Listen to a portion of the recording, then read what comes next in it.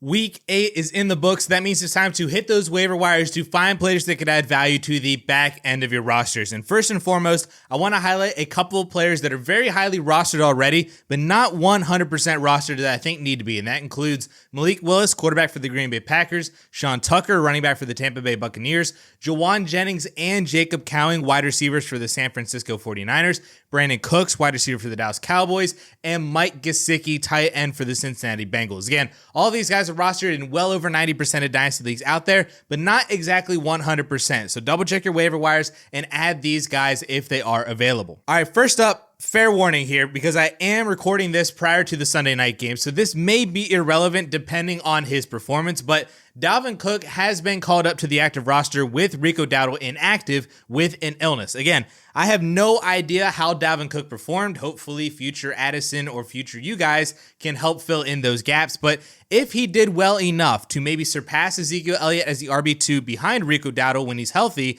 then Cook should be added in any league he's still available. Now, kicking off the injury news from this week, basically every Jaguars wide receiver got hurt during this game at different points during the game. Gabe Davis went down first with a shoulder injury, then Brian Thomas Jr. went down with a chest injury, then Christian Kirk also left with a shoulder injury late in the game. Of course, Evan Ingram would stand to be the biggest winner from basically everybody else being out, but the next man up, specifically in the wide receiver room, would be Parker Washington, who hauled in 3 catches for 46 yards on 4 targets. Also, that one incomplete pass intended for Washington was an end zone target at the end of the game when everybody was hurt, so he was getting red zone usage too when everybody else was inactive. The other beneficiary in Jacksonville was backup tight end Brenton Strange, who actually outproduced Evan Ingram in receptions and yards, though Ingram did find the end zone for fantasy football, but 5 receptions for 59 yards is impressive as the tight end 2 for the Jaguars, and that production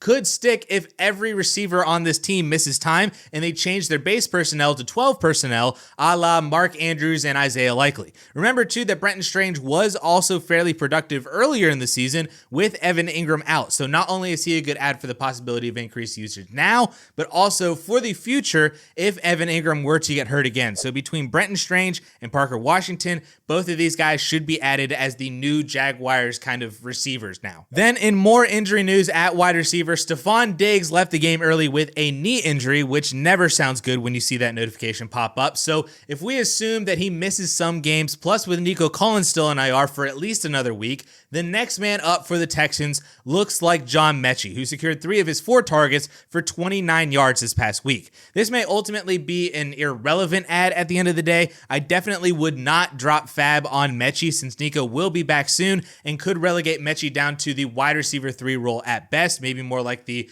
wide receiver 4 or 5 or 4th or 5th option on the team, assuming Diggs doesn't even return for the remainder of the year. But at the very least, Mechie appears to have that role right now, so he's not a terrible ad. Speaking of more guys who are not really terrible ads, we got a little bit of clarity this week with the Buccaneers offense without Mike Evans and Chris Godwin, and the answer is pretty much Cade Otton and the running backs, but 2 names did pop up that were on absolutely nobody's radars before this week that could provide some upside. Raheem Jarrett and Ryan Miller, both of whom produced in very different ways this week. Jarrett was actually second on the team in receiving yards with 58 yards on 3 catches, but only 3 targets. Miller also had 3 catches for 19 yards, but did have 5 targets, which was tied for 4th on the team. And the other interesting aspect for these 2 is that Sterling Shepard also left the game early with a hamstring injury. So this receiving core continues to be depleted for the Buccaneers, and those receivers still have a few weeks of relevance before Mike Evans returns, so who knows?